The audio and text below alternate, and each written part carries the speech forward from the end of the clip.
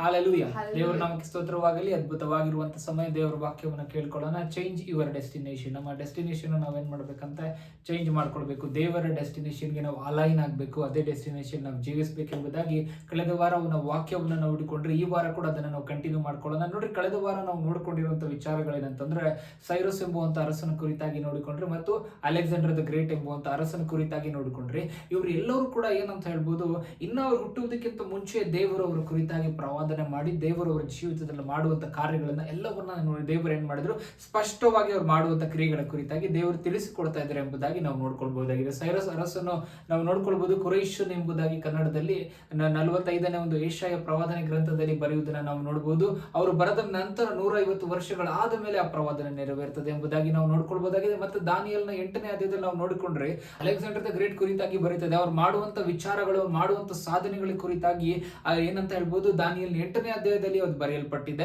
Alexander the great ಹುಟ್ಟುವುದಕ್ಕಿಂತ 200 ವರ್ಷಗಳ ಹಿಂದೆ ದೇವರು ಅದನ್ನ ದಾನಿಯಲ್ಗೆ ತೋರಿಸ್ತಾ ಇದ್ದಾರೆ ಎಂಬುದಾಗಿ ನಾವು ನೋಡ್ಕೊಳ್ಬಹುದಾಗಿದೆ. ಈ ಎಲ್ಲಾ ವಿಚಾರಗಳನ್ನು ನಾವು ಯಾಕೆ ಈ ದಿನ ನಾವು ಕಲಿತಾ ಇದ್ದೇವೆ ಅಂತಂದ್ರೆ, ನೋಡ್ರಿ, ದೇವರು ಒಂದು ವಿಚಾರವನ್ನ ಮಾಡ್ಲಿಕ್ಕಿದ್ದಾರೆ. ದೇವರು ಒಂದು ಏನಂತ ಹೇಳ್ಬೋದು, ಡೆಸ್ಟಿನಿ ಇದೆ. ಆ ಡೆಸ್ಟಿನಿಗೆ ನಾವೆಲ್ಲರೂ ಕನೆಕ್ಟ್ ಆಗ್ಬೇಕು. ಯಾಕೆ ಅಂತಂದ್ರೆ ನಾವೆಲ್ಲರೂ ಕೂಡ ನಾವೇನ್ ಮಾಡ್ಬೇಕಂತ ದೇವರ ಆಲೋಚನೆಯಲ್ಲಿ ನಾವು ಜೀವಿಸಬೇಕು. ನೋಡ್ರಿ, ಒಂದು ಸೇಯಿಂಗ್ ಇದೆ, ಏನು ಅಂತಂದ್ರೆ ನಾವು ಏನ್ ಮಾಡ್ತಾರಂತ, ಒಂದು ಮನುಷ್ಯನು ಬಡವನಾಗಿ ಹುಟ್ಟುವುದು ಅವನು ತಪ್ಪಲ್ಲ, ಆದ್ರೆ ಅವನು ಬಡವನಾಗಿಯೇ ಸಾಯುವುದು ಅವನ ತಪ್ಪು ಎಂಬುದಾಗಿ. ಯಾಕೆ ಅಂತಂದ್ರೆ ಅವ್ನು ಹುಟ್ಟಿ ಅವನ್ ಏನ್ ಮಾಡ್ತಾನಂತೆ, ಅವ್ನ್ ಸಾಯುವಷ್ಟರೊಳಗಡೆ ಅವನ ಜೀವಿತದಲ್ಲಿ ಅವನ್ ಏನ್ ಮಾಡ್ಬೇಕಂತ, ಒಂದು ಸಾಹುಕಾರನಾಗುವಂಥದ್ದು, ಅವಂತ ಒಂದು ಧನವಂತನಾಗುವಂಥದ್ದು ಅವನ ಕೈಯಲ್ಲಿದೆ ಅಂತ ಹೇಳ್ಬಿಟ್ಟು ಹೇಳುವುದನ್ನ ನಾವು ನೋಡ್ಕೊಳ್ಬಹುದು. ಈ ದಿನ ಕೂಡ ಇದೇ ಒಂದು ಮಾತಿನ ಮೇರೆಯಲ್ಲಿ ನಾವು ಅರ್ಥ ಮಾಡ್ಕೊಳ್ಬೇಕು. ನಾನು ಹೇಗೆ ಹುಟ್ಟಿದನೋ ಅದು ನನಗೆ ಗೊತ್ತಿಲ್ಲ, ಆದ್ರೆ ನಾನು ಏನ್ ಮಾಡ್ಬೇಕು, ನಾನು ಸಾಯುವಾಗ ನಾನು ಕ್ರಿಸ್ತನ ರಾಜ್ಯದವನಾಗಿ ನಾನು ಸಾಯಬೇಕು. ಅದೇ ನಮ್ಗೆ ಇಂಪಾರ್ಟೆಂಟ್ ಆಗಿದೆ ಎಂಬುದಾಗಿ ನಾವು ನೋಡ್ಕೊಳ್ಬಹುದಾಗಿದೆ. ನೋಡ್ರಿ, ಈ ವಾಕ್ಯಗಳನ್ನೆಲ್ಲ ನಾವು ಇಟ್ಟು ನೋಡುವಾಗ ಕಳೆದ ವಾರ ನಾವು ಅಲೆಕ್ಸಾಂಡರ್ ದ ಗ್ರೇಟ್ ವರೆಗೂ ನಾವು ಕಲ್ತ್ಕೊಂಡಿದ್ವಿ. ಅದಾದ್ಮೇಲೆ ಏನಾಗ್ತದೆ ಎಂಬುದಾಗಿ ನಾವು ಸ್ವಲ್ಪ ನಾವು ನೋಡ್ಕೊಂಡು ಹೋಗೋಣ. ದಾನಿಯೇಲನ ಪ್ರವಾದನೆ ಗ್ರಂಥ 8ನೇ ಅಧ್ಯಾಯ 9ನೇ ವಚನದಿಂದ ನಾವು ಓದ್ಕೊಳ್ಳೋಣ. ಅವುಗಳೊಳಗೆ ಒಂದರಲ್ಲಿ ಒಂದು ಚಿಕ್ಕ ಗುಂಪು ಮೊಳೆತು ಬಹು ದೊಡ್ಡದಾಗಿ ಬೆಳೆದು ತೆಂಕಲಲ್ಲಿಯೂ ಮೂಡಲಲ್ಲಿಯೂ ಅಂದ ಚಂದದ ದೇಶದಲ್ಲಿಯೂ ಪ್ರಬಲವಾಯಿತು. ಅದು ನಕ್ಷತ್ರ ಗಣದ ಮೇಲೆ ಕೈ ಮಾಡುವಷ್ಟು ಹೆಚ್ಚಿ ಆ ಗಣದ ಕೆಲವು ನಕ್ಷತ್ರಗಳನ್ನು ನೆಲಕ್ಕೆ ಕೆಡವಿ ತುಳಿದು ಬಿಟ್ಟಿತು. ಇದಲ್ಲದೆ ಆ ಗಣದ ಅಧಿಪತಿಯನ್ನು ಎದುರಿಸುವಷ್ಟು ಉಬ್ಬಿಕೊಂಡು ನಿತ್ಯ ಹೋಮವನ್ನು ಆತನಿಗೆ ಸಲ್ಲದಂತೆ ಮಾಡಿ ಆತನ ಪವಿತ್ರ ಸ್ಥಾನವನ್ನು ಕೆಡವಿ ನಿತ್ಯ ಹೋಮವನ್ನು ಅಡಗಿಸುವುದಕ್ಕೆ ನೀಚತನದಿಂದ ಒಂದು ಸೈನ್ಯವನ್ನು ಇಳಿಸಿ ಸತ್ಯಧರ್ಮವನ್ನು ನೆಲಕ್ಕೆ ದೊಬ್ಬಿ ತನ್ನ ಇಷ್ಟಾರ್ಥ ನೆರವೇರಿಸಿಕೊಂಡು ವೃತ್ತಿಗೆ ಬಂತು. Okay, hallelujah. ನೋಡ್ರಿ, ಇಲ್ಲಿ ವಾಕ್ಯ ಏನ್ ಸ್ಪಷ್ಟವಾಗಿ ಹೇಳ್ತಾ ಇದೆ ಅಂತಂದ್ರೆ, ಇನ್ನೊಂದು ಕೊಂಬು ಬೆಳೀತಂತೆ, ಅದು ಮೊಳೆತು ಬಹು ದೊಡ್ಡದಾಗಿ ಬೆಳೆದು ತೆಂಕಲಲ್ಲಿಯೂ ಮೂಡಲಲ್ಲಿಯೂ ಅಂದದ ಚಂದದ ದೇಶದಲ್ಲಿಯೂ ಪ್ರಬಲವಾಯಿತು ಎಂಬುದಾಗಿ. ಈ ವಾಕ್ಯ ನಾವು ನೋಡುವಾಗ ಅಂದದ ಚಂದದ ದೇಶ ಯಾವುದು ಅಂತಂದ್ರೆ ಯೆರೂಸಲೇಮ್ ಅಂತ ಹೇಳ್ಬಹುದು, ಇಸ್ರಾಯೇಲ್ ದೇಶ ಅಂತ ಹೇಳ್ಬಹುದು. ಅಲ್ಲಿ ಅದೇನೈತೆ ಪ್ರಬಲವಾಯಿತು ಅಂತ ಹೇಳ್ಬಹುದು, ನಾವು ನೋಡ್ಕೊಳ್ಬಹುದಾಗಿದೆ. ಆದ್ರೆ ಅಲ್ಲಿ ಪ್ರಬಲವಾಗಿ ಅದು ಏನ್ ಮಾಡ್ತಂತೆ, ಅದು ಇಲ್ಲಿ ವಾಕ್ಯ ನಾವು ನೋಡುವಾಗ ಅದು ನಿತ್ಯ ದೇವರಿಗೆ ನಿತ್ಯ ಹೋಮ ಮಾಡುವುದನ್ನ ನಿಲ್ಲಿಸಿ ಬಿಟ್ಟಿತು, ನೆಲಕ್ಕೆ ಕೆಡವಿ ಬಿಟ್ಟಿತ್ತು ಎಂಬುದಾಗಿ. ಮತ್ತು ನೋಡ್ರಿ, ಅದು ಇನ್ನೊಂದು ವಾಕ್ಯ ಹೇಳ್ತದೆ, ಏನಂತ ಹೇಳ್ಬೋದು, ಅದು ನಿತ್ಯ ಹೋಮ ಆತನಿಗೆ ಸಲ್ಲದಂತೆ ಮಾಡಿ ಆತನ ಪವಿತ್ರ ಸ್ಥಾನವನ್ನು ಕೆಡವಿ ನಿತ್ಯ ಹೋಮವನ್ನು ಅಡಗಿಸುವುದಕ್ಕೆ ನೀಚತನದಿಂದ ಒಂದು ಸೈನ್ಯವನ್ನು ಇಳಿಸಿ ಸತ್ಯ ಧರ್ಮ ನೆಲಕ್ಕೆ ದೊಬ್ಬಿ ತನ್ನ ಇಷ್ಟಾರ್ಥವನ್ನು ನೆರವೇರಿಸಿಕೊಂಡು ವೃದ್ಧಿಗೆ ಬಂತು ಎಂಬುದಾಗಿ ಇಲ್ಲಿ ವಾಕ್ಯ ನಾವು ನೋಡಿರುವಾಗ ಇಲ್ಲಿ ವಾಕ್ಯ ನಮ್ಮ ಹತ್ರ ಮಾತಾಡ್ತದೆ. ನೋಡ್ರಿ, ಒಂದು ಚಿಕ್ಕ ಕೊಂಬು ಮೊಳೆತು ಬಹು ದೊಡ್ಡದಾಗಿ ಬೆಳೆಯಿತು ಎಂಬುದಾಗಿ. ಚಿಕ್ಕ ಕೊಂಬು ಅಂತಂದ್ರೆ ಒಂದು ಅರಸನು ಬರ್ತಾ ಇದ್ದಾನೆ, ಆಂಟಿಯೋಸ್ ಎಫೆಫಿನಸ್ ಎಂಬುವಂತ ಅರಸನು ಸಿರಿಯಾ ದೇಶದ ಅರಸನಾಗಿರ್ತಾನೆ. ಈ ಅಲೆಕ್ಸಾಂಡರ್ ದ ಗ್ರೇಟ್ ಅವನ ರಾಜ್ಯ ಅಂತವಾದ ಮೇಲೆ 4 ರಾಜ್ಯಗಳು ಬರ್ತದೆ ಎಂಬುದಾಗಿ ನಾವು ನೋಡ್ಕೊಳ್ಬಹುದು. ಅದರಲ್ಲಿ ಆಂಟಿಯೋಸ್ ಎಫೆಫಿನಸ್ ಎಂಬುವಂತ ಒಂದು ರಾಜನು ಅವನು ಬಹು ಪ್ರಬಲವಾಗಿ ಈಜಿಪ್ಟ್ ಇಂದ ಅವನ್ ಏನ್ ಮಾಡ್ತಾನೆ, ಅವನು ಬೆಳೀತಾ ಬರುವಾಗ ಅವನ್ ರೋಮನ್ ಚಕ್ರವರ್ತಿಯಿಂದ ಅವನಿಗೆ ತಡೆಯಾಗ್ತದೆ. ಅವನಿಗೆ ಮತ್ತೆ ಅದರಿಂದ ಓವರ್ ಪವರ್ ಮಾಡುವುದಕ್ಕಾಗೋದಿಲ್ಲ. ಅದಕ್ಕೆ ಅವನ್ ಏನ್ ಮಾಡ್ತಾನೆ, ಯಹೂದ್ಯರ ಮೇಲೆ ಅವನು ಅಟ್ಯಾಕ್ ಮಾಡ್ತಾನೆ. ಯಹೂದ್ಯರ ಮೇಲೆ ಅವನ ಸಿಟ್ಟನ್ನ ತೀರಿಸ್ಕೊಂತಾನೆ, ಅವನ ಕೋಪವನ್ನ ತೀರಿಸ್ಕೊಳ್ತಾನೆ, ಅವನ ಕ್ರೌದ್ರವನ್ನ ಎಲ್ಲವನ್ನ ಯಹೂದ್ಯರ ಮೇಲೆ ಅವನು ತೀರಿಸ್ಕೊಳ್ತಾನೆ. ಮತ್ತು ಯಹೂದ್ಯರಲ್ಲಿ 80,000 ಯಹೂದ್ಯರನ್ನ ಅವನು ಏನ್ ಮಾಡ್ತಾನಂತೆ, ಸಾಯಿಸ್ತಾನೆ. ಮತ್ತು 40,000 ಯಹೂದ್ಯರನ್ನ ಅವನು ಮಾರಿ ಬಿಡ್ತಾನೆ ಎಂಬುದಾಗಿ ನಾವು ಹಿಸ್ಟ್ರಿ ಬುಕ್ ನಲ್ಲಿ ನೋಡಬಹುದು. ಈ ವಿಚಾರಗಳು ನಡೆಯೋದು ಎಲ್ಲವೂ ಕೂಡ ಏನಾಗ್ತದೆ, ಮುಂದೆ ಏನ್ ನಡೀತದೆ ಎಂಬುದಾಗಿ ಒಂದು ದಾನಿಯಲ್ನೇ ಗೊತ್ತಾಗ್ತಾ ಇದೆ ಎಂಬುದಾಗಿ ನಾವು ನೋಡ್ಕೊಳ್ಬಹುದು. ಇಷ್ಟೇ ಅಲ್ಲ, ಇದೇನ್ ಮಾಡ್ತದೆ, ನಕ್ಷತ್ರ ಚಂದ್ರಮಂಡಲಕ್ಕೆ ಕೈ ಹಾಕಿ ಅಲ್ಲಿಂದ ನಕ್ಷತ್ರಗಳನ್ನ ಉರುಳಿಸಿ ಮತ್ತು ನಿತ್ಯ ಹೋಮವನ್ನ ದೇವರಿಗೆ ಸಲ್ಲಿಸುವುದಕ್ಕೆ ಇವನು ಬಿಡುವುದಿಲ್ಲ ಎಂಬುದಾಗಿ ಹೇಳುವುದನ್ನ ನಾವು ನೋಡ್ಕೊಳ್ಬಹುದಾಗಿದೆ. ಈ ಒಂದು ವ್ಯಕ್ತಿಗೆ ಆಂಟಿಯೋಸ್ ಎಫೆಫಿನಸ್ ಅಂತ ಹೇಳುವ ಹೇಳುವಾಗ ಆಂಥಿಯೋಸ್ ಅಂತಂದ್ರೆ ಗಾಡ್ ಮ್ಯಾನಿಫೆಸ್ಟ್ ಅಂತ, ಇವನನ್ನೇ ಒಂದು ದೇವರಂತ ಹೇಳ್ಕೊಳ್ತಾ ಇದ್ದ. ಮತ್ತು ಇವನ ನಂಬುವಂತ ದೇವರನ್ನ ಅವನು ಏನ್ ಮಾಡ್ತಾ ಇದ್ದ, ಯಹೂದ್ಯರ ದೇವಾಲಯದಲ್ಲಿ ಪ್ರತಿಷ್ಠೆ ಮಾಡಿ ಅಲ್ಲಿ ಅವನ ದೇವರಿಗೆ ಆರಾಧನೆ ಮಾಡೋಕೆ ಸ್ಟಾರ್ಟ್ ಮಾಡ್ತಾ ಇದ್ದ. ಎಲ್ಲಾ ಯಹೂದ್ಯರಿಗೆ ಏನ್ ಮಾಡ್ಬಿಟ್ಟ, ಯಹೂದ್ಯರ ಅವರ ಒಂದು ಪದ್ಧತಿಯನ್ನ ಏನ್ ಮಾಡಬಾರ್ದು, ನೀವು ಆಚರಣೆ ಮಾಡಬಾರ್ದು, ನೀವು ಆ ಯಹೂದ್ಯರ ಪದ್ಧತಿಯನ್ನ ನೀವು ಮಾಡಬಾರ್ದು ಅಂತ ಹೇಳುವುದನ್ನ, ರೂಲ್ ಮಾಡುವುದನ್ನ ನಾವು ನೋಡ್ಕೊಳ್ಬಹುದಾಗಿದೆ. ಯಹೂದ್ಯರ ಒಂದು ಅಬ್ರಹಾಮನ ಕಾಲದಿಂದ ಬಂದಿರುವಂತ ಪದ್ಧತಿ ಏನಂತಂದ್ರೆ, ಮೊದಲು ಗಂಡು ಮಗು ಹುಟ್ಟುವಾಗ 8ನೇ ದಿನಕ್ಕೆ ಅದರ ಸುನ್ನತಿ ಮಾಡಿಸಬೇಕಾಗಿತ್ತು. ಆ ಒಂದು ವಿಚಾರವನ್ನು ಕೂಡ ಅವನು ಏನ್ ಮಾಡ್ತಾನೆ, ಅದು ಮಾಡುವ ಹಾಗೆ ಇಲ್ಲ ಅಂತ ಹೇಳ್ತಾನೆ.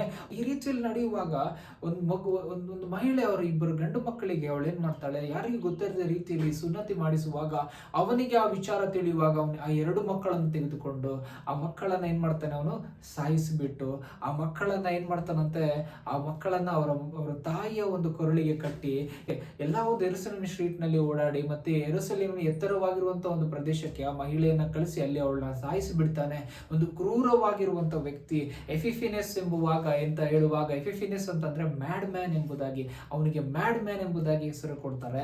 ಮತ್ತು ಈ ಹಿಸ್ಟ್ರಿನ ನಾವು ನೋಡುವಾಗ ಇದೆಲ್ಲದಕ್ಕೂ ಅಂತ್ಯವೆಲ್ಲಿದೆ ಎಂಬುದಾಗಿ ನಾವು ನೋಡುವಾಗ, ಈ ವ್ಯಕ್ತಿ ಏನ್ ಮಾಡ್ತಾನೆ, ವ್ಯಕ್ತಿಯ ಕುರಿತಾಗಿ ದೇವಾಲಯದಲ್ಲಿ ಏನ್ ಮಾಡ್ತಾನೆ ಅಂದ್ರೆ, ಒಂದು ಹಂದಿಯನ್ನ ತೆಗೆದುಕೊಂಡು ಹೋಗಿ ಅಲ್ಲಿ ಒಂದು ಬಲಿಯನ್ನ ಕೊಟ್ಟು ಅದರ ರಕ್ತವನ್ನ ಎಲ್ಲಾ ಕಡೆ ಹಾಕಿ, ಇದು ಪರಿಶುದ್ಧವಾಗಿರ್ತಕ್ಕಂಥ ದೇವಾಲಯ, ಜೀವಸ್ವರೂಪ ದೇವರ ಒಂದು ಆಲಯದಲ್ಲಿ ಇಷ್ಟು ಕೆಟ್ಟ ಕೆಲಸವನ್ನ ಅವನು ಮಾಡಿಬಿಡ್ತಾನೆ.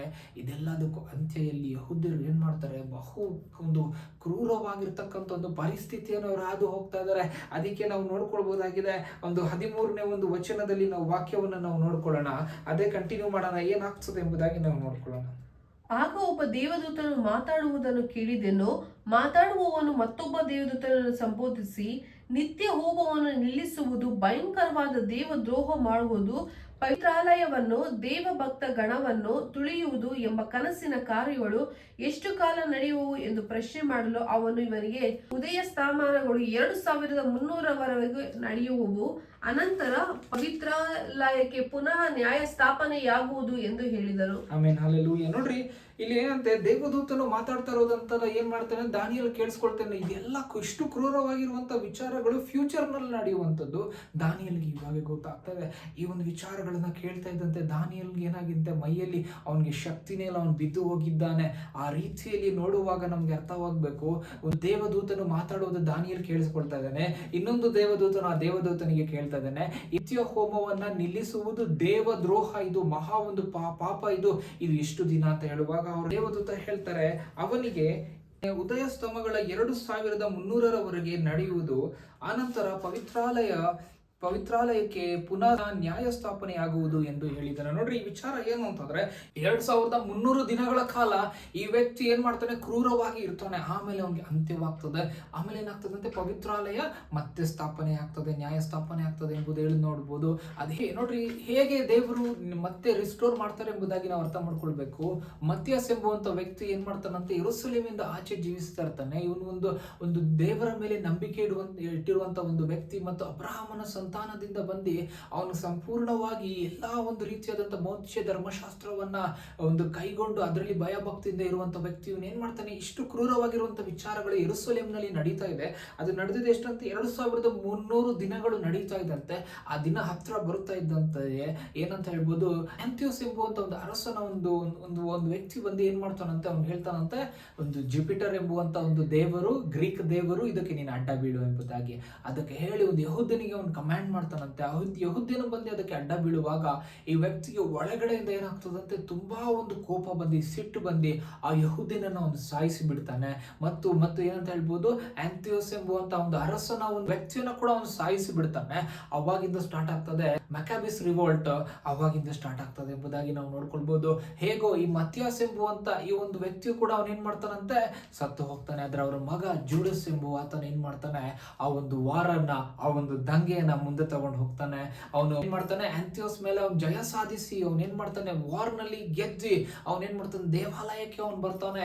144ನೇ ಕ್ರಿಸ್ತ ಪೂರ್ವದಲ್ಲಿ ಅವನು ದೇವಾಲಯಕ್ಕೆ ಬಂದಾಗ ಅವನು ಮೊದಲನೇ ಮಾಡುವಂತ ದೇವಾಲಯವನ್ನು ಶುದ್ಧೀಕರಿಸುವಂತ ಕೆಲಸ ಯಾವುದು ಅಂತಂದ್ರೆ, ದೇವಾಲಯದಲ್ಲಿ ಏನ್ ಮಾಡಬೇಕಾಗಿತ್ತು, ಆಮೇಲೆ ಅದನ್ನ ಶುದ್ಧೀಕರಿಸಬೇಕಾಗಿರುವಂತ ಮೊದಲನೇ ವಿಧಾನ ಏನು ಅಂತಂದ್ರೆ, ಮೊದಲು ಅವನು ಏನ್ ಮಾಡ್ಬೇಕಾಗಿತ್ತು, ದೀಪವನ್ನು ಹಚ್ಚಬೇಕಾಗಿತ್ತು.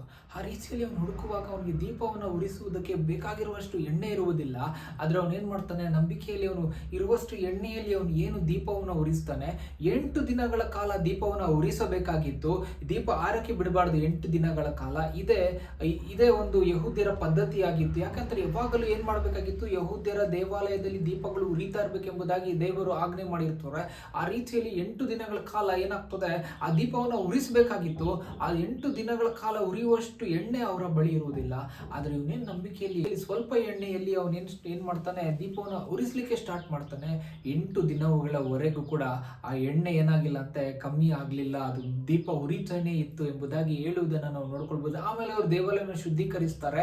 8 ದಿನಗಳು ಅವ್ರು ಏನ್ ಮಾಡ್ತಾರೆ, ಮತ್ತೆ ದೇವರ ಒಂದು ದೇವಾಲಯವನ್ನ ದೇವರಿಗೆ ಡೆಡಿಕೇಟ್ ಮಾಡ್ತಾರೆ. ಅದೇ ದೇವರ ವಾಕ್ಯ ಹೇಳ್ತಾ ಇದೆ, ಇಲ್ಲಿ ನಾವು ನೋಡ್ಕೊಳ್ಬಹುದಾಗಿದೆ 8ನೇ ಅಧ್ಯಾಯ 14ನೇ ವಚನದ ಕಡೆಯ ಭಾಗದಲ್ಲಿ, ಆ ನಂತರ ಪವಿತ್ರಾಲಯಕ್ಕೆ ಪುನಃ ನ್ಯಾಯ ಸ್ಥಾಪನೆಯಾಗುವುದು ಎಂದು ಹೇಳಿದನು. ನೋಡ್ರಿ, ದಾನಿಯೇಲನಿಗೆ ಮೊದಲೇ ಗೊತ್ತಾಗ್ತದೆ ಏನೇನು ವಿಚಾರಗಳು ನಡೀತದೆ ಎಂಬುದಾಗಿ. ಈ ವಿಚಾರಗಳನ್ನ ನಾವು ಅರ್ಥ ಮಾಡ್ಕೊಳ್ಬೇಕು. ಈ ಒಂದು ಸಮಯದಲ್ಲಿಯೇ ಅವರು ಒಂದು ಹಬ್ಬವನ್ನ ಶುರು ಮಾಡ್ತಾರೆ. 8 ದಿನಗಳ ಕಾಲ ದೀಪ ಉರಿತಾನೆ ಇತ್ತು ಎಂಬುದಾಗಿ ನೋಡ್ಕೊಳ್ಬಹುದಾಗಿದೆ. ಹಾಗಾಗಿ ಡೆಡಿಕೇಶನ್ ಎಂಬುದಾಗಿ ಅವ್ರು ಏನ್ ಮಾಡ್ತಾರೆ, ಒಂದು ಫೆಸ್ಟಿವಲ್ ಸ್ಟಾರ್ಟ್ ಮಾಡ್ತಾರೆ. ಹ್ಯಾನುಕಾ ಎಂಬುದಾಗಿ ಅವರು ಒಂದು ಫೆಸ್ಟಿವಲ್ ನ ಸ್ಟಾರ್ಟ್ ಮಾಡ್ತಾರೆ. ಇದು ಡಿಸೆಂಬರ್ ಟೈಮ್ ನಲ್ಲಿ ಫೆಸ್ಟಿವಲ್ ನ ಸ್ಟಾರ್ಟ್ ಮಾಡ್ಕೊಳ್ತಾರೆ. ನೋಡ್ರಿ, ಈ ಫೆಸ್ಟಿವಲ್ ಸ್ಟಾರ್ಟ್ ಆಗಿದೆ ಏನಕ್ಕೆ ಅಂತಂದ್ರೆ, ಮತ್ತೆ ಅವರು ದೇವಾಲಯನ ಡೆಡಿಕೇಟ್ ಮಾಡಿದ್ರು ದೇವರಿಗೆ ಎಂಬುದಾಗಿ. ಅದಕ್ಕೆ ಹ್ಯಾನುಕಾ ಎಂಬುದಾಗಿ ಒಂದು ಫೆಸ್ಟಿವಲ್ ನ ಮಾಡ್ಲಿಕ್ಕೆ ಯಹೂದ್ಯರು ಸ್ಟಾರ್ಟ್ ಮಾಡ್ತಾರೆ. ಇದು ಮಿರಾಕಲ್ ಆಗಿರುವಂತ ಒಂದು ಫೆಸ್ಟಿವಲ್ ಎಂಬುದಾಗಿ ನಾವು ನೋಡ್ಕೊಳ್ಬಹುದಾಗಿದೆ. ದೇವಾಲಯದಲ್ಲಿ ಎಣ್ಣೆಯೇ ಇಲ್ಲ, ಆದ್ರೆ ಇರುವಂತ ಸ್ವಲ್ಪ ಎಣ್ಣೆಯಲ್ಲಿ 8 ದಿನಗಳ ಕಾಲ ಏನಾಗಿದೆ, ಒಂದು ದೀಪ ಸ್ತಂಭ ಉರಿತಾನೆ ಇತ್ತು ದೇವಾಲಯದಲ್ಲಿ ಎಂಬುದಾಗಿ ಇವರು ಒಂದು ಫೆಸ್ಟಿವಲ್ ಮತ್ತೆ ರಿಸ್ಟೋರೇಷನ್ ಆಗಿದೆ. ಮತ್ತೆ ಏನಂತ ಹೇಳ್ಬೋದು, ಯಹೂದ್ಯರನ್ನ ಕ್ರೂರವಾಗಿ ಹಿಂಸಿಸ್ತಿದ್ದಂತ ಒಂದು ಅರಸನು ಸತ್ತು ಹೋದ. ಅವನ ಒಂದು ರಾಜ್ಯ ಅಂತ್ಯವಾಯಿತು. ಇವರಿಗೆ ಮತ್ತೆ ಏನಾಯ್ತು, ಫ್ರೀಡಮ್ ಸಿಕ್ತು. ಅದನ್ನ ಜೂಡಸ್ ದ ಹ್ಯಾಮರ್ ಇವನ್ ಏನ್ ಮಾಡ್ತಾನೆ, ಅದನ್ನ ಕೊಡ್ತಾರೆ. ಮೆಕಾಬಸ್ ರಿವಾಲ್ಟ್ ಅಂದ್ರೆ ಅವರ ದಂಗೆ ಎದ್ದು ಅವ್ರು ಏನ್ ಮಾಡ್ತಾರೆ, ಅವರ ಒಂದು ಇಂಡಿಪೆಂಡೆನ್ಸ್ ಅವ್ರು ತಗೊಳ್ತಾರೆ ಎಂಬುದಾಗಿ ನಾವು ನೋಡ್ಕೊಳ್ಬಹುದಾಗಿದೆ. ಒಂದು ವ್ಯಕ್ತಿ ಯಹೂದ್ಯರನ್ನ ಈ ರೀತಿಯಲ್ಲಿ ಕೇಳ್ತಾನೆ, ಯಹೂದ್ಯರನ್ನ ಮತ್ತೆ ನಾಶಪಡಿಸೋದಕ್ಕಾಗುತ್ತಾ ಎಂಬುದಾಗಿ. ಹಾಗಾಗಿ ಆ ಒಂದು ಯಹೂದ್ಯನ ಹೇಳ್ತಾನೆ, ಟ್ರೈ ಮಾಡಿ ನೋಡಿ. ಯಾಕೆ ಅಂತಂದ್ರೆ ಯಾವಾಗ ಯಹೂದ್ಯರನ್ನ ನಾಶ ಮಾಡಕ್ಕೆ ಟ್ರೈ ಮಾಡಿದ್ದಾರೆ, ಅವಾಗ ದೇವರು ಒಂದು ಹೊಸ ಹಬ್ಬವನ್ನ ಸ್ಟಾರ್ಟ್ ಮಾಡುವಂತೆ ಮಾಡಿದ್ದಾರೆ ಎಂಬುದಾಗಿ ನಾವು ನೋಡ್ಕೊಳ್ಬಹುದಾಗಿದೆ. ಮೊದಲನೇದಾಗಿ ಫಾರೋ ಏನ್ ಮಾಡ್ದ, ಯಹೂದ್ಯರನ್ನ ಡಿಸ್ಟ್ರಾಯ್ ಮಾಡಬೇಕು ಎಂಬುದಾಗಿ ಟ್ರೈ ಮಾಡಿದಾಗ ಅವಾಗ ಪಾಸ್ ಓವರ್ ಸ್ಟಾರ್ಟ್ ಮಾಡ್ತಾರೆ. ಎರಡನೇ ಸಾರಿ ಮೊರ್ದಕೈ ಒಂದು ಇರುವಂತ ಸಮಯದಲ್ಲಿ ಹಾಮಾನನು ಯಹೂದ್ಯರನ್ನ ನಾಶ ಮಾಡಬೇಕು ಅಂದಾಗ ಅದನ್ನ ದೇವರು ತಪ್ಪಿಸಿ ಅವಾಗ ಪುರೀಮ್ ಎಂಬುವಂತ ಹಬ್ಬವನ್ನ ಸ್ಟಾರ್ಟ್ ಮಾಡ್ತಾರೆ. ಮತ್ತು 3ನೇ ಸಾರಿ ಕೂಡ ಆಂತಿಯೋಸ್ ಎಂಬುವಂತ ಅರಸನು ಯಹೂದ್ಯರನ್ನ ಹಿಂಸೆ ಪಡಿಸಿ ಅವ್ರನ್ನ ಸಾಯಿಸಬೇಕು ಅಂತ ಹೇಳುವಾಗ ಇವರು ಆಂತಿಯೋಸ್ ಒಂದು ರಾಜನನ್ನ ಅಂತ್ಯಗೊಳಿಸಿ ಹನಕು ಎಂಬುವಂತ ಒಂದು ಹಬ್ಬವನ್ನ ಯಹೂದ್ಯರು ಸ್ಟಾರ್ಟ್ ಮಾಡ್ತಾರೆ. ಹಾಗಾಗಿ ಪ್ರತಿಯೊಂದು ಸಾರಿ ಕೂಡ ಒಂದೊಂದು ಹಬ್ಬ ನಡೆಯುವಾಗ ಒಂದೊಂದು ವಿಶೇಷತೆ ಇದೆ ಎಂಬುದಾಗಿ ನಾವು ನೋಡ್ಕೊಳ್ಬಹುದಾಗಿದೆ. ಈ ಒಂದು ವಿಚಾರಗಳನ್ನ ನಾವು ಯಾಕೆ ಕಲಿತಾ ಇದ್ದೇವೆ ಅಂತ ಹೇಳುವಾಗ, ನೋಡ್ರಿ, ದೇವರು ಆ ಒಂದು ದೇವಾಲಯ ಮತ್ತೆ ಡೆಡಿಕೇಟ್ ಆಗ್ತದೆ ಎಂಬುದಾಗಿ ಮೊದಲೇ ತಿಳಿಸಿಕೊಟ್ರು. ಆ ರೀತಿಯಲ್ಲಿ ಚೇಂಜ್ ಯುವರ್ ಡೆಸ್ಟಿನೇಷನ್ ಎಂಬುವಾಗ ನಾವು ಏನು ಹಿಸ್ಟ್ರಿಯನ್ನು ಸ್ವಲ್ಪ ನಾವು ನೋಡಿಕೊಂಡು ಬಂದಿದ್ದೇವೆ. ಇದರಿಂದ ನಮ್ಗೆ ಅರ್ಥ ಆಗ್ಬೇಕು ಮುಂದೆ ಬರುವಂತ ವಿಚಾರ ಏನು ಅಂತ ಹೇಳುವಾಗ ನಾವು ನೋಡಿಕೊಂಡು ಅಲೆಕ್ಸಾಂಡರ್ ದ ಗ್ರೇಟ್ ಮತ್ತು ಆಂಥಿಯೋಸ್ ಎಂಬುವಂತ ಎರಡು ವ್ಯಕ್ತಿಗಳನ್ನ ನಾವು ನೋಡಬಹುದು. ಅಲೆಕ್ಸಾಂಡರ್ ದ ಗ್ರೇಟ್ ಅವನ ಒಂದು ಪವರ್ ನ ನಾವು ನೋಡಬಹುದು, ಆಂಥಿಯೋಸ್ ಅವನ ಒಂದು ಕ್ರೂರತೆಯನ್ನ ನಾವು ನೋಡ್ಕೊಳ್ಬಹುದಾಗಿದೆ. ಈ ವಿಚಾರಗಳನ್ನ ಮಿಕ್ಸ್ ಮಾಡಿ ಬರುವಂತ ದಿನದಲ್ಲಿ ಇನ್ನೊಂದು ವ್ಯಕ್ತಿ ಬರ್ತಾನೆ, ಆಂಟಿ ಕ್ರೈಸ್ಟ್ ಎಂಬುದಾಗಿ. ಅವನು ಕೂಡ ಇದೇ ರೀತಿಯಲ್ಲಿ ಕ್ರೂರತೆಯಲ್ಲಿ ನಡೀತಾನೆ. ಅಂದ್ರೆ ಅವನಿಗೆ ಕೂಡ ಅಂತ್ಯವಿದೆ ಎಂಬುದಾಗಿ ಸತ್ಯವೇದ ಆಲ್ರೆಡಿ ಮುಂಚೆಯೇ ತಿಳಿಸಿದೆ. ಅವನ ರಾಜ್ಯ ಯಾವಾಗ ಎಂಡ್ ಆಗ್ತದೆ, ಅವನಿಗೆ ಎಷ್ಟು ದಿನಗಳ ಕಾಲ ಸಮಯ ದೇವರು ಕೊಟ್ಟಿದ್ದಾರೆ, ಅದೆಲ್ಲವೂ ಕೂಡ ಬೈಬಲ್ ನಲ್ಲಿ ತೋರಿಸ್ತಾ ಇದೆ ಎಂಬುದಾಗಿ ನಾವು ನೋಡ್ಕೊಳ್ಬಹುದಾಗಿದೆ. ನೋಡ್ರಿ, ಚೇಂಜ್ ಯುವರ್ ಡೆಸ್ಟಿನೇಷನ್ ಈ ವಾಕ್ಯವನ್ನ ನಾವು ಕಲಿಯುವಾಗ ನಾವು ಅರ್ಥ ಮಾಡ್ಕೊಳ್ಬೇಕು, ದೇವರು ನನಗೆ ಇಟ್ಟಿರುವಂತ ಡೆಸ್ಟಿನೇಷನ್ ಏನು ಅಂತಂದ್ರೆ, you need to connect to God's destiny ಎಂಬುದಾಗಿ. ದೇವರ ಡೆಸ್ಟಿನಿ ಏನು ಅಂತ ಹೇಳುವಾಗ ನಾವು ಅರ್ಥ ಮಾಡ್ಕೊಳ್ಬೇಕು, ಹೇಗೆ ಆರಂಭದಲ್ಲಿ ಅಂತ್ಯವನ್ನ ತಿಳಿಸ್ತಾ ಇದ್ದಾರೆ ಎಂಬುದಾಗಿ ನಾವು ಒಂದು ಸ್ವಲ್ಪ ನಾವು ಗಮನಿಸಿ ನೋಡುವಾಗ, ಕೊರೇಷನ್ ಇನ್ನೂ ಹುಟ್ಟಿಲ್ಲ, ಆದ್ರೆ ಕೊರೇಷನ್ ಕೊರಿತಾಗಿ ಹೇಳ್ತಾ ಇದ್ದಾರೆ. ಯಾಕಂದ್ರೆ ನಾವು ಅನ್ಕೊಳ್ಬಹುದು ದೇವರಿಗೆ ಇದು ಪಾಸಿಬಲ್ ಇದೆ ಅಂತ ಹೇಳ್ಬಿಟ್ಟು, ಆದ್ರೆ ಹೇಗೆ ಎಂಬುದಾಗಿ ನಾವು ಸ್ವಲ್ಪ ನಾವು ಗಮನಿಸಿ ನಾವು ನೋಡುವುದಾದ್ರೆ ದೇವರು ಈ ರೀತಿಯಲ್ಲಿ ನಮ್ಗೆ ಹೇಳುವುದನ್ನ ನಾವು ನೋಡ್ಕೊಳ್ಬಹುದಾಗಿದೆ. ನೋಡ್ರಿ, ಒಂದು ಸ್ಟ್ರೈಟ್ ಲೈನ್ ಮಾಡಿ ನಾವು ನೋಡ್ಕೊಳ್ಬೇಕು. ಆ ಸ್ಟ್ರೈಟ್ ಲೈನ್ ಏನು ಅಂತಂದ್ರೆ ಅದು ಅಂತ್ಯ, ಇದು ಆರಂಭದಲ್ಲಿ ದೇವರು ಅಂತ್ಯವನ್ನ ನಾವು ತಿಳಿಸಿದ್ದಾರೆ. ಆ ಒಂದು ಸ್ಟ್ರೈಟ್ ಲೈನ್ ಏನು ಅಂತಂದ್ರೆ ಗಾಡ್ಸ್ ಡೆಸ್ಟಿನೇಷನ್. ಆ ಸ್ಟ್ರೈಟ್ ಲೈನ್ ನಲ್ಲೇ ನೀನು ಹೋಗ್ತಾ ಇದ್ರೆ you are on God's track. ಆ ಸ್ಟ್ರೈಟ್ ಲೈನ್ ಅಲ್ಲಿ ಹೋಗುವಾಗ ಯಾವ್ಯಾವ ವ್ಯಕ್ತಿಗಳು ಮೇಲಕ್ಕೆ ಬಂದ್ರು, ಯಾವ್ಯಾವ ವ್ಯಕ್ತಿಗಳು ದೇವರ ಒಂದು ವಿಚಾರಕ್ಕೆ ಕನೆಕ್ಟ್ ಆದ್ರು, ದೇವರು ಅವರ ಕುರಿತಾಗಿ ಏನ್ ಮಾಡಿದ್ದಾರೆ ಸತ್ಯವೇದದಲ್ಲಿ ತಿಳಿಸಿಕೊಟ್ಟಿದ್ದಾರೆ. ಹಾಗಾಗಿ ನಾನು ನೀನು ಆ ಸ್ಟ್ರೈಟ್ ಲೈನ್ಗೆ ಕನೆಕ್ಟ್ ಆಗಿರ್ಬೇಕು, ನಾನು ನೀನು ಆ ಸ್ಟ್ರೈಟ್ ಲೈನ್ ಅಲ್ಲೇ ನಾವು ಮೂವ್ ಆಗ್ಬೇಕು. ಅವಾಗ ನಾವೆಲ್ಲರೂ ಕೂಡ ದೇವರ ರೈಟ್ ಟ್ರ್ಯಾಕ್ ನಲ್ಲಿ ಇದ್ದೇವೆ ಎಂಬುದಾಗಿ ನಾವು ನೋಡ್ಕೊಳ್ಬಹುದಾಗಿದೆ. ನೋಡ್ರಿ, ನಮಗೆ ನಾವು ಈ ಲೋಕದಲ್ಲಿ ಸಂಪಾದಿಸಿಕೊಳ್ಳುವಂಥದ್ದು, ಈ ಲೋಕದಲ್ಲಿ ಮಾಡುವಂಥ ಕ್ರಿಯೆಗಳು ಎಲ್ಲದಕ್ಕಿಂತ ಇಂಪಾರ್ಟೆಂಟ್ ಏನು ಅಂತಂದರೆ, you need to change your destination to God's destination. ಯಾಕೆ ಅಂತಂದರೆ ಅದು ಒಂದೇ ಏನಂತ ಹೇಳ್ಬೋದು, ನಿರಂತರವಾಗಿ ಇರುವಂಥದ್ದು. ದೇವರ ಒಂದು ಡೆಸ್ಟಿನೇಷನ್ಗೆ ನೀನು ಕನೆಕ್ಟ್ ಆಗುವಾಗ ಯು ಆರ್ ಕಂಪ್ಲೀಟ್ಲಿ ಸೇಫ್ ಎಂಬುದಾಗಿ ನಾವು ನೋಡ್ಕೊಳ್ಬಹುದಾಗಿ. ನಾವು ಮೊದಲನೇ ಈ ಮೆಸೇಜ್ ಸ್ಟಾರ್ಟ್ ಮಾಡಿದಾಗ ನಾವು ನೋಡ್ಕೊಂಡ್ರೆ, ನೀವು ಏನಂತ ಹೇಳ್ಬಿಡ್ತು, ಒಂದು ಸೇಯಿಂಗ್ ಏನಂತ ಹೇಳಿ ಅಂತಂದ್ರೆ, ಬಡವನಾಗಿ ಹುಟ್ಟುವುದು ನಮ್ಮ ತಪ್ಪಲ್ಲ, ಆದ್ರೆ ಬಡವನಾಗಿ ಸಾಯುವುದು ನಮ್ಮ ತಪ್ಪು. ಹಾಗಾಗಿ ನೋಡ್ರಿ, ನಾವು ಕ್ರಿಸ್ತನನ್ನ ಅರಿತಿರ ಹುಟ್ಟುವುದು ನಮ್ಮ ತಪ್ಪಲ್ಲ, ಆದ್ರೆ ನಾವು ಕ್ರಿಸ್ತನನ್ನ ಅರಿದಿರ, ಕ್ರಿಸ್ತನ ಒಂದು ಮಾರ್ಗವನ್ನು ಅರಿದಿರ ಸಾಯುವಂಥದ್ದು ನಮ್ಮ ತಪ್ಪು. ಒಂದು ಸಾರಿ ನಾವು ಕ್ರಿಸ್ತನನ್ನ ಅರಿತುಕೊಂಡ ಮೇಲೆ ನಾವು ದೇವರ ಡೆಸ್ಟಿನೇಷನ್ ನಾವು ಅರ್ಥ ಮಾಡ್ಕೊಳ್ಬೇಕು. ಯಾಕೆ ಅಂತಂದ್ರೆ ಯೇಸು ಹೇಳ್ತಾರೆ, ನಾನೇ ಜೀವವು ಮಾರ್ಗವು ಸತ್ಯವೂ ಆಗಿದ್ದೇನೆ, ನನ್ನ ಹೊರತು ಬೇರೆ ಯಾರು ತಂದೆಯ ಬಳಿಗೆ ಬರಲು ಸಾಧ್ಯವೇ ಇಲ್ಲ ಎಂಬುದಾಗಿ. ನೋಡ್ರಿ, ತಂದೆಯ ಬಳಿ ಹೋಗ್ಬೇಕಂದ್ರೆ ಇರುವಂಥದ್ದು ಒಂದೇ ಒಂದು ಡೆಸ್ಟಿನೇಷನ್, ಗಾಡ್ಸ್ ಡೆಸ್ಟಿನೇಷನ್. ಅದು ಯೇಸು ಸ್ವಾಮಿಯ ಒಂದು ಮಾರ್ಗವಾಗಿದೆ. ಅಲ್ಲಿ ಹೋಗುವಾಗ ಯೇಸು ಸ್ವಾಮಿ ಜೀವವನ್ನ ಕೊಡ್ತಾರೆ ಮತ್ತು ಆ ಒಂದು ಮಾತು ಯೇಸು ಸ್ವಾಮಿ ಹೇಳ್ತಾರೆ ಅದು ಸತ್ಯವಾಗಿದೆ ಎಂಬುದಾಗಿ. ಈ ಒಂದು ವಾಕ್ಯವನ್ನ ನಾವು ಕೇಳುವಾಗ ನೋಡ್ರಿ, ಈ ಒಂದು ಆಂಥಿಯೋಸ್ ಎಪಿಫೆನಸ್ ಎಂಬುವಂತ ಈ ಒಂದು ವ್ಯಕ್ತಿ ಬಂದ, ಆ ವ್ಯಕ್ತಿಗೆ ಅಂತ್ಯ 2300 ದಿನಗಳು ಅಂತ ದೇವರು ಬರ್ದಿಟ್ಬಿಟ್ರು. ಆ ರೀತಿಯಲ್ಲಿ ಎಲ್ಲಾ ಕುರಿತಾಗಿ ದೇವರು ಬರ್ದಿಟ್ಟಿದ್ದಾರೆ, ಇದೇ ನಡೀತದೆ ಎಂಬುದಾಗಿ. ಆದ್ರೆ ನಾನು ಹೇಳಿದಾಗೆ ದೇವರ ಟೈಮ್ ಲೈನ್ಗೆ ನಾವು ಕನೆಕ್ಟ್ ಆಗುವಾಗ you will see glorious things in life. ಯಾಕೆ ಅಂತಂದ್ರೆ, when God's timeline is designed, ದೇವರ ಒಂದು ಟೈಮ್ ಲೈನ್ ಡಿಸೈನ್ ಆಗಿರುವಾಗ, ಆ ಟೈಮ್ ಲೈನ್ ನಲ್ಲಿ ನೀವು ಮೂವ್ ಆಗುವಾಗ, ಆ ಟೈಮ್ ಲೈನ್ ಏನ್ ಮಾಡ್ತದೆ ಅಂತ ಅಲ್ಲಿ ನೀನು ಕನೆಕ್ಟ್ ಆಗುವಾಗ ಯು ಹ್ಯಾವ್ ಒಂದು ಗ್ಲೋರಿಯಸ್ ಟೈಮ್ ಲೈನ್ಗೆ ನಾವು ಕನೆಕ್ಟ್ ಆಗಿರ್ತೇವೆ. ನೋಡ್ರಿ, ಈ ಒಂದು ಟಾಪಿಕ್ ಕುರಿತಾಗಿ ಇನ್ನ ಸ್ವಲ್ಪ ವಿಚಾರಗಳು ನಾವು ಬರುವಂತ ವಾರದಲ್ಲಿ ನಾವು ಕಲ್ತ್ಕೊಳ್ಳೋಣ. ಇನ್ನ ಒಂದು ಡೀಪ್ ಆಗಿರುವಂತ ವಿಚಾರಗಳನ್ನ ನಾವು ಕಲ್ತ್ಕೊಳ್ಳೋಣ. ಈ ದಿನ ಮತ್ತು ಕಳೆದ ವಾರ ನಾವೇನ್ ಮಾಡಿದ್ದೇವೆ, ಹಿಸ್ಟ್ರಿ ಕುರಿತಾಗಿ ನಾವು ಕಲ್ತ್ಕೊಂಡಿದ್ದೇವೆ. ಬರುವಂತ ವಾರ ನಾವೇನ್ ಮಾಡೋಣ, ಇನ್ನ ಡೀಪ್ ಆಗಿ ವಾಕ್ಯದಲ್ಲಿ ನಾವು ಹೋಗಿ ವಾಕ್ಯವನ್ನ ನಾವು ತಿಳಿದುಕೊಳ್ಳೋಣ. ನಾನು ನಂಬ್ತೇನೆ ವಾಕ್ಯ ನಮ್ಮನ್ನು ಆಶೀರ್ವಾದ ಮಾಡಿದೆ ಎಂಬುದಾಗಿ. ನಾವಿರುವಂತಹ ಸ್ಥಳಗಳು ನಮ್ಮ ಕಣ್ಣುಗಳನ್ನ ಮುಚ್ಚಿ ನಾವು ಪ್ರಾರ್ಥನೆ ಮಾಡೋಣ. ಪರಿಶುದ್ಧ ದೇವರೇ, ವಾಕ್ಯ ಕೊಡೋದಕ್ಕಾಗಿ ನಿಮ್ಗೆ ಸ್ತೋತ್ರಪ್ಪ ದೇವರೇ. ಹೌದಪ್ಪ ದೇವರ ಸ್ವಾಮಿಯಪ್ಪ, ಆಂಥಿಯೋಸ್ ಎಪಿಫೆನಸ್ ಎಂಬುವಂತ ಅರಸನನ್ನ ಅಪ್ಪ ದೇವರೇ ನೀವು ಅಂತ್ಯ ಮಾಡಿ ದೇವರ ಸ್ವಾಮಿಯಪ್ಪ ದೇವರೇ. ಯಹೂದ್ಯರಿಗೆ ಅಪ್ಪ ದೇವರೇ ಹನಕು ಎಂಬುವಂತ ಒಂದು ಹಬ್ಬವನ್ನು ಆಚರಣೆ ಮಾಡುವಂತ ದೇವರೇ ನೀವು ಕೃಪೆ ಕೊಟ್ಟಿದ್ದೀರಪ್ಪ. ಇದ್ರ ಮುಖಾಂತರವಾಗಿ ನಮ್ಗೆ ತಿಳಿತದೆ ಅಪ್ಪ ದೇವರೇ. ಅಪ್ಪ ದೇವರ ಸ್ವಾಮಿಯಪ್ಪ, ಆರಂಭದಲ್ಲಿ ಅಂತ್ಯವನ್ನ ನೋಡಿದಂತ ದೇವರು, ಅಂತ್ಯವನ್ನ ತಿಳಿಸಿದಂತ ದೇವರು ನೀವಾಗಿದ್ದೀರಪ್ಪ. ನಿಮ್ಮ ಒಂದು ಡೆಸ್ಟಿನೇಷನ್ಗೆ ನಾವು ಕನೆಕ್ಟ್ ಆಗ್ತೇವೆ, ನಿಮ್ಮ ಪ್ಲಾನ್ಸ್ಗೆ ನಾವು ಕನೆಕ್ಟ್ ಆಗ್ತೇವೆ ಅಪ್ಪ ದೇವರೇ. ಹೌದು ಅಪ್ಪ ದೇವರು, ಬರುವಂತ ವಾರದಲ್ಲಿ ಕರ್ತನೆ ಅಪ್ಪ ದೇವರ ಸ್ವಾಮಿ ನಮ್ಮನ್ನ ಎಲ್ಲವರನ್ನ ಬಲಪಡಿಸಿ ನಡೆಸಿ ಕರ್ತನೆ ಅಪ್ಪ ದೇವರೇ. ಬರುವ ವಾರವರೆಗೂ ಕರ್ತನೆ ಅಪ್ಪ ದೇವರೇ ನಮ್ಮ ಸಂಗಡ ಇದ್ದು ನಮಗೆ ಬೇಕಾಗಿರುವಂತ ಬಲವನ್ನ ನೀವು ಕೊಟ್ಟು ನಡೆಸಿ ಎಂಬುದಾಗಿ ಪ್ರಾರ್ಥಿಸ್ತೇನೆ. ಯೇಸುವಿನ ನಾಮದಲ್ಲಿ ಪ್ರಾರ್ಥಿಸ್ತೇವೆ ತಂದೆಯ ದೇವರೇ, ಆಮೆನ್.